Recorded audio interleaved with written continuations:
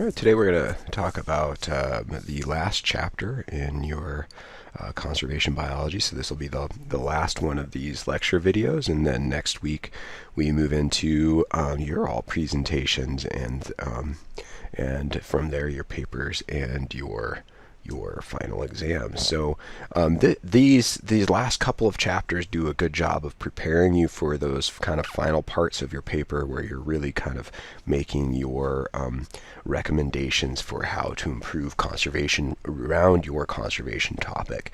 And so here we're going to be talking about an agenda for the future. And so basically how looking back on conservation biology as a science, a practice, and a profession, and effort, and seeing how we can characterize the people that do the work, the way we're communicating with others to achieve that work, and how to better move that conservation forward into the future.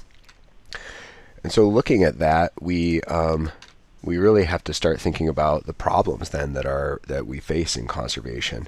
And one of the big ones is cataloging species, is the way they title it here. The thing they focus on the most, though, is not just cataloging new species, which they do talk about. That's a really highly professional portion of the science, though there are quite a few new species that are found by hobbyists, hobby scientists, citizen scientists, and others. The biggest area that citizen scientists and a lot of programs have come about to uh, um, encourage people to participate in science is in cataloging behaviors, patterns, and observations of species. And there's and when we refer to citizen science, it's really it's kind of like volunteer science or science by folks that aren't professionals. They may be retired professionals, and they may be just people who are interested in particular natural phenomena or environments, or in species, and want to make those observations. And the science community, especially in the conservation science community, has started to use the accessibility of online databases and mapping systems to encourage people to submit to these sources, so that others can use that information. And so there's a whole bunch of different programs that are out there, Neon and Globe. There's a national phenology network that looks specifically at how species of plants and animals respond with their phenophases, which are life events, leafing out, leaves falling from trees, birthing, things like that, the migration times. There's a project Budburst, which is very similar, looking at specifically at within the phenology network at various plants, indicator plants of climate change. And there's a myriad of others, even ones up in Alaska right now that's being done as Fresh Eyes on Ice, where people are making ice observations, and this program's run through UAF. And they're making ice observations of when things are icing up, how thick the ice is at different times of year, on different types of water bodies.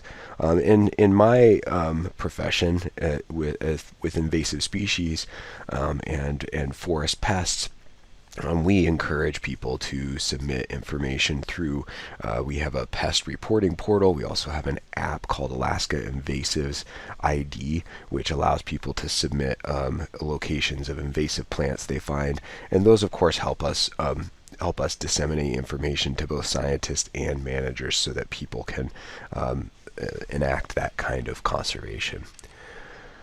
And with this, to kind of encourage people to both take up the profession, but also to support conservation and participate in these volunteer citizen science opportunities, there's a lot of emphasis on putting programs into schools to have people teaching youth about data collection, about species ID, about appreciating nature, and about these databases that are out there that can be contributed to, and the information that they can find in them to spark that interest, move them forward, and also at a minimum develop an appreciation for conservation of species and ecosystems.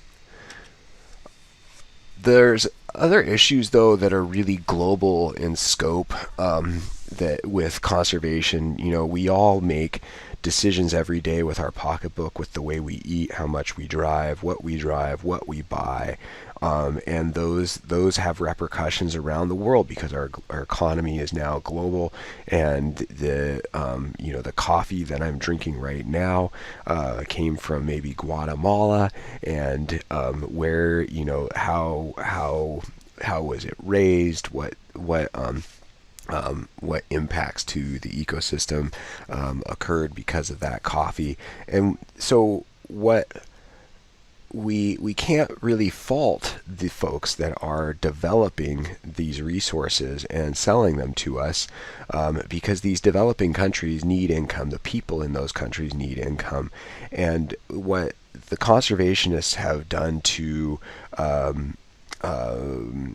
kind of work with this is to develop sustainably produced certification programs. So you can buy shade-grown coffee, or what they're showing here in this picture is sustainably produced chocolate that's available for purchase in stores. And it's oftentimes you'll pay a little more for this, though you know that it was produced sustainably, in a way that's having a minimal impact on the ecosystems and biodiversity, but also in an ideal situation, they are making sure that the trade in this is fair to the person who's actually producing this, the people on the ground that are creating the product and raising the product, so that it continues to encourage those kind of practices.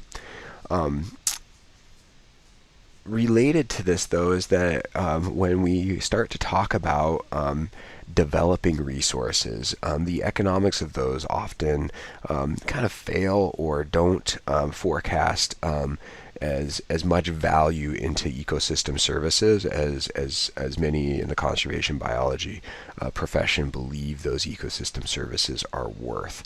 And so when we start to make decisions about developing oil, developing logging, turning public lands into agricultural systems, we need to make sure that those ecosystem services are used in that cost-benefit analysis, and that they're used fairly, not overstating their worth, but not understating it as well. Another big problem that's facing conservation, which is directly related to the way that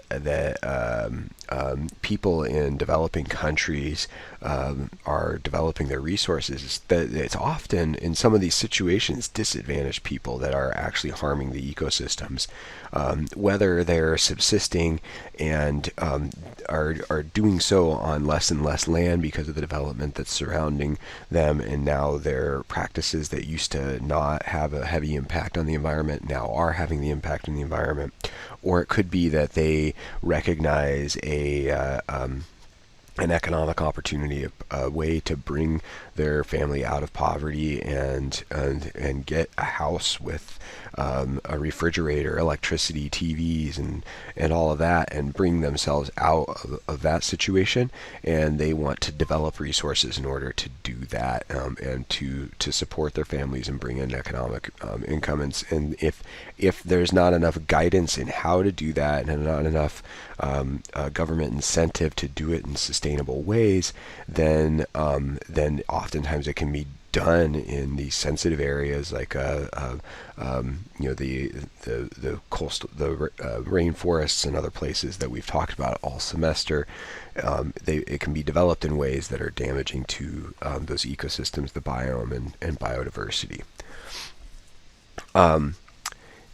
Also, though, when government sometimes makes decisions without much local input, and that can be both sides of the coin. It can be when a government is making decisions about developing a resource. They may not be seeking enough or weighing enough local input from the communities that have lived in those areas for thousands of years, especially indigenous communities.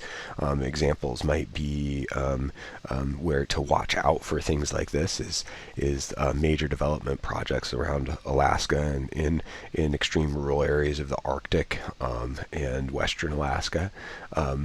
There and even closer as well. In some places, there's a myriad of projects that are being brought up. We have a pretty good system of including and having people have the opportunity to include, though arguments could be made on both sides whether or not there's enough input being received or too much. But also the flip side of that is that when the government makes decisions about creating parks as well, sometimes parks have enough regulations on them to keep a traditional or local use from actually occurring in those areas. And so there has to be enough input from those local communities, especially indigenous communities that have traditions of using the land and the resources around those from the get-go, and care be taken to address the livelihoods of all of those folks so that conservation can happen while improving human livelihood. There's also a lot of endangered species and ecosystems that are either on private land or on lands that are managed by governments for multiple uses, including the extraction of resources. Government land that you can think of that does that is Bureau of Land Management, the U.S. Forest Service. Those are the most common ones that we think of on a national level as having extractive resources being taken out of. Usually, less often, it's wildlife refuges. However, some places like the Kenai National Wildlife Refuge have huge oil and natural gas extraction activity that occur there. Private land, there's been examples of, for instance, the black-footed ferret was found on private land. And it was an endangered species that would have was thought to be extinct, and then they found remaining population, wild population on this farm in Wyoming. It was actually found by the farmer and brought up by them, and so brought up to be part of the whole restoration project from that farmer's land. And so it becomes increasingly important because endangered species are and ecosystems are on private land and these other lands that are managed for resource extraction, to make practices, viable practices that people can do to utilize those lands while maintaining these species and ecosystems, or to have programs in place so that so that alternatives can be found for development, or alternatives can be found for conservation for those species and ecosystems if that must occur in those areas, so that enough protected areas actually exist. And then, another problem facing conservation, and this is often in the developed countries, so not like issues we see in the United States, is that these revenues from parks and conservation areas aren't necessarily benefiting locals. And to some extent, you could probably find some good examples of that in Alaska, with some of the extremely rural parks that maybe out-of-state hunters come in with guides, but the locals that live there aren't necessarily being employed as guides and things like that. But those are probably isolated situations, and some more widespread than others. But in developing countries, especially as we start to bring in outside funding from other countries to help promote establishment of parks, it becomes increasingly important, especially to gain support for the establishment of those parks, that the locals have a way of gaining revenue from the parks and those conservation areas, so that they will support them, but also so that they can get some livelihood and increased funding for themselves out of that. So in here, this woman in Peru is selling hats that feature a Lake Titicaca frog, selling them to tourists, and so the conservation of that frog brings in the tourists, and then they're able to benefit from that. There's other ways that we can ensure locals are benefiting is that they are trained and educated to be able to do the conservation work in these conservation areas. Also that they are able to take advantage of employment with tourism in the tourist industry, whether that's as guides for hunting or other recreation, or just working in other facilities that come up around those parks and support those tourists. It needs to be seen as an economic gain for the folks that are doing the living in these areas in order for the support to remain for the development of those parks. So conservationists, because of all of these problems and challenges that we have in establishing conservation, end up with a whole bunch of different roles. The two blue ones are kind of core roles. One is being a conservation biologist, and then if you're a conservation biologist, the first thing you need to be able to do, obviously, is manage a conservation project. So you have to understand the science. You have to be able to develop a plan. You have to be able to implement that plan and go through the other steps that we talked about, where you're revisiting that plan, making adjustments, and moving on. However, we also have to be able to take the results from those conservation projects and the plans and use those to educate the general public, especially children, so that we can the youth will be the ones that support conservation into the future. And then we need to be able to also translate those results into public policy. So communicating those results to public policy makers, so that a conservation project that is successful in one place or even not successful can be used as an example to improve public policy around conservation. Before conservation projects can sometimes start, though, we have to start by motivating the general public and youth through education and outreach programs. There's a variety of these that are out there, for whether it's for conservation of a specific land or management of invasive species. There's lessons that people develop to put into schools, flyers that can be put out, public service announcements, outreach events and activities that the public can participate in. All of those to help support conservation biology objectives in a conservation project.